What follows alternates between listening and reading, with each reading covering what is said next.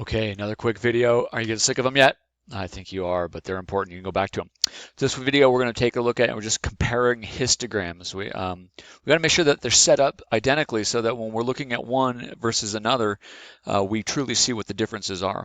So the first thing we're going to do is we're just going to create two histograms. I'm going to highlight my B data here for one group, make a histogram out of it. If I highlight it correctly, it should give me a alpha choice of histogram, but I need to find it sometimes. That's not the one I want, even though it looks like one. I'm going to go down here and pick this one. In this case, it's under other and it says histogram chart. So I'm going to put that one there. So that's for my group 3-1. I'm also going to make a histogram for group 3-2. I'm going to highlight that, do the same thing. Again, I'm going to go down to others, histogram chart there. Come back up here. So we're looking at two different histograms, and right away they're a little bit different, right? But you wouldn't necessarily know how they're different unless you look at the details.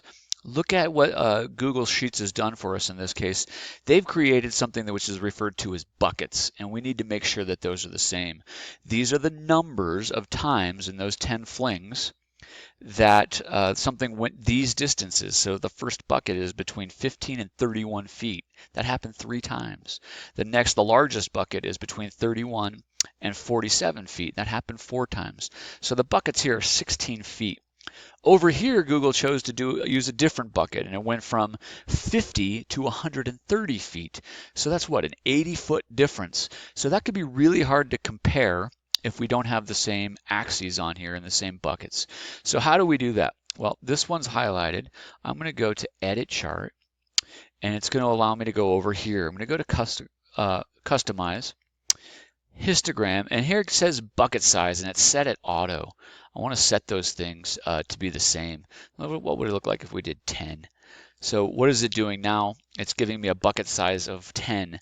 So between 15 and 25 inches is what the measurement was. That happened twice. Between 25 and 35, that happened twice. I think 10 is okay. So I'm going to set the other one at 10 as well. Edit chart, customize histogram, auto bucket at 10. Now you see now something's starting to look a little bit different, right? Clearly there's different data.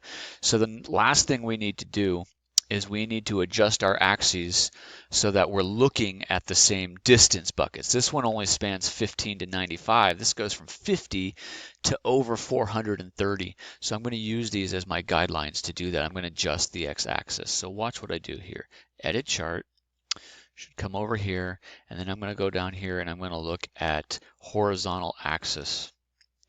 It prompts me here for a minimum value, so I'm going to just start it at 0, and I'm going to go to the max value I expect to analyze for both of these, which is about 430. Maybe that'll work. So I'm going to go 430, hit enter, and it puts it there. I'm going to do the same thing to this, right? I'm going to go ahead and get that little icon, edit chart, customize histogram. That's not what we want. We want horizontal axis, and we go from 0 to 430.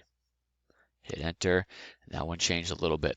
Now this is comparing apples to apples. We're looking at the same horizontal axes with the same issues, and we're also looking at the same buckets in this case, so the same difference between those. So we can really see this histogram is shaped a lot differently than that one, and that's what we want to be able to get. We want to get the important ideas out of just looking at the histogram, but they have to be set up the same when we're comparing them. All right, so do that with your data on the assignment.